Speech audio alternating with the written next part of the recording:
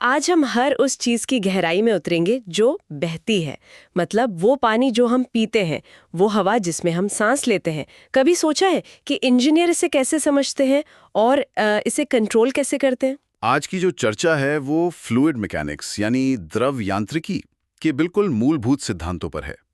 हम बिल्कुल बुनियादी बातों से शुरू करेंगे, जैसे कि पदार्थ यानी मैटर आखिर है क्या। और फिर हम उन मुख्य गुणों को समझेंगे जो हर तरल और गैस को, मतलब हर द्रव को परिभाषित करते हैं। तो हमारा मिशन इन जटिल लगने वाले विचारों को सरल बनाना है और उनके पीछे के विज्ञान को समझना है। चलिए शुरू करते हैं। ठीक है, तो इसे खोलते हैं। सबसे पहले, पदार्थ क्या है? बहुत ही बेसिक सवाल है। कोई भी वस्तु जिसका द्रव्यमान यानी मास हो और जो स्थान घेरती हो, वो पदार्थ है। जैसे पत्थर, पानी या हम खुद। और जिसका द्रव्यमान या आयतन नहीं होता वो पदार्थ नहीं है। जैसे धूप, बिल्कुल, धूप या हमारे विचार, ये पदार्थ नहीं है। और इंजीनियरिंग में हम पदार्थ की 3 मुख्य अवस्थाओं पर ध्यान केंद्रित करते हैं: ठोस, द्रव और गैस। सॉलिड, लिक्विड और गैस। हाँ, और इनके बीच जो मुख्य अंतर है वो है उनके अणुओं के बीच की दूरी।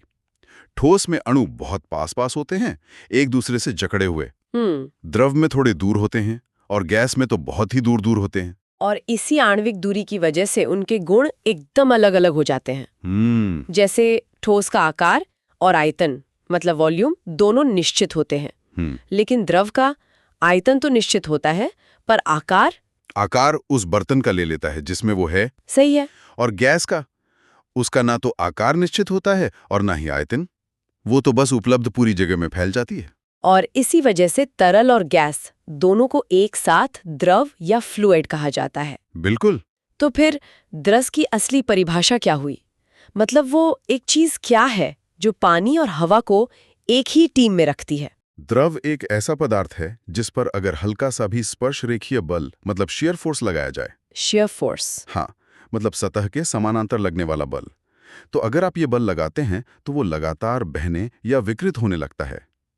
ठोस इस बल का विरोध करते हैं, लेकिन द्रव वो नहीं कर पाते। अच्छा, अब जब हम बल की बात कर रहे हैं तो मुझे लगता है कि यांत्रिकी, मतलब मैकेनिक्स की भूमिका आती है। हाँ, यांत्रिकी विज्ञान की वो शाखा है जो वस्तुओं पर लगने वाले बलों और उनके प्रभावों का अध्ययन करती है। इसकी 3 मुख्य शाखाएं हैं। कौन कौन सी? पहली है इंजीनियरिंग यांत्रिकी, जो ठोस वस्तुओं पर लगने वाले बल का अध्ययन करती है।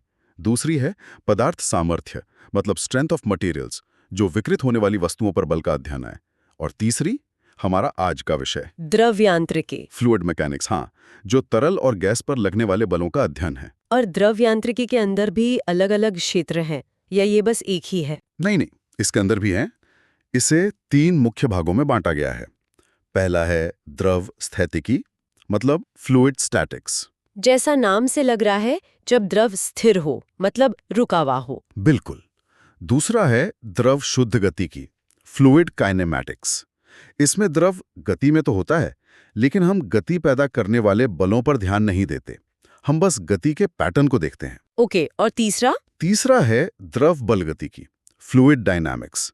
इसमें हम गति के साथ साथ उन बलों का भी अध्ययन करते हैं जिनके कारण वो गति हो रही है। तो इन सब का क्या मतलब है जब हम किसी खास द्रव को देखते हैं?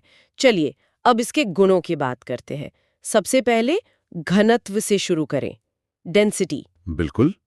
द्रव्यमान घनत्व या मास डेंसिटी का मतलब है प्रति इकाई आयतन में कितना द्रव्यमान है।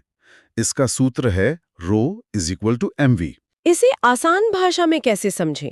ऐसे समझें कि एक ही साइज के डब्बे में जितने ज्यादा अणु होंगे, द्रव्यमान उतना ही ज्यादा होगा और घनत्व भी उतना ही ज्यादा होगा। अच्छा, जैसे वो एक उदाहरण है कि एक अंडा सादे पानी में तो डूब जाता है, हाँ, बिल्कुल सही उदाहरण है।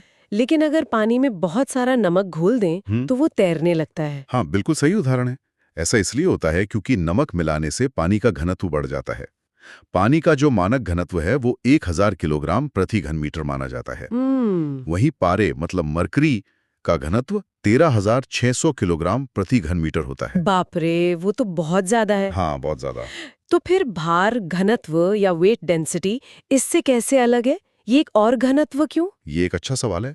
यहाँ हम द्रव्यमान की जगह भार, मतलब वेट की बात करते हैं, जिसमें गुरुत्वाकर्षण का प्रभाव भी शामिल होता है।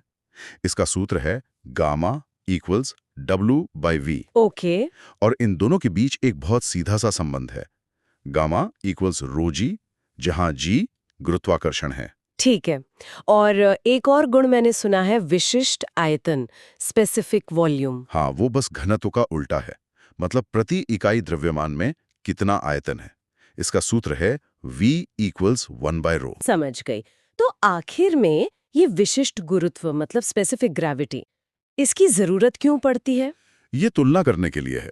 ये किसी द्रव के घनत्व का एक मानक द्रव जो आमतौर पर पानी होता है, उसके घनत्व से अनुपात है। हाँ, ये हमें सीधे सीधे बताता है कि कोई द्रव पानी से कितना गुना भारी या हल्का है। जैसे पारे का विशिष्ट गुरुत्व 13.6 है। मतलब ये पानी से 13.6 गुना ज्यादा घना है। बिल्कुल। और इसकी कोई इकाई, कोई मात्रक नहीं होता, ये सिर्फ एक संख्या है। तो आज हमने पदार्थ के एक सरल से विचार से लेकर उन 4 मूलभूत गुणों तक का सफर तय किया जो हमें किसी भी द्रव को मापने और उसकी तुलना करने में मदद करते हैं। द्रव्यमान, घनत्व, भार घनत्व, विशिष्ट आयतन और विशिष्ट गुरुत्व। और ये समझना बहुत महत्वपूर्ण है कि ये गुण स्थिर नहीं होते हैं। तापमान और दबाव, ये दोनों इन्हें बदल सकते हैं। बिल्कुल। जैसे दूध उबालने पर फैलता है या फिर किसी फोम को दबाने पर उसका आयतन कम हो जाता है, जिससे उसका घनत्व बदल जाता है। ये एक विचार छोड़ जाता है कि दबाव, तापमान और आयतन का ये जो निरंतर खेल है, यही द्रवों के व्यवहार को इतना जटिल और आकर्षक बनाता है। यही मौसम के पैटर्न से लेकर जेट इंजन के डिजाइन तक सब कुछ संचालित करता है। सोचने वाली बात है कि हमारे चारों ओर इस आपसी क्रिया के कौन से रोजमर्रा के उदाहरण देखे जा सकते हैं।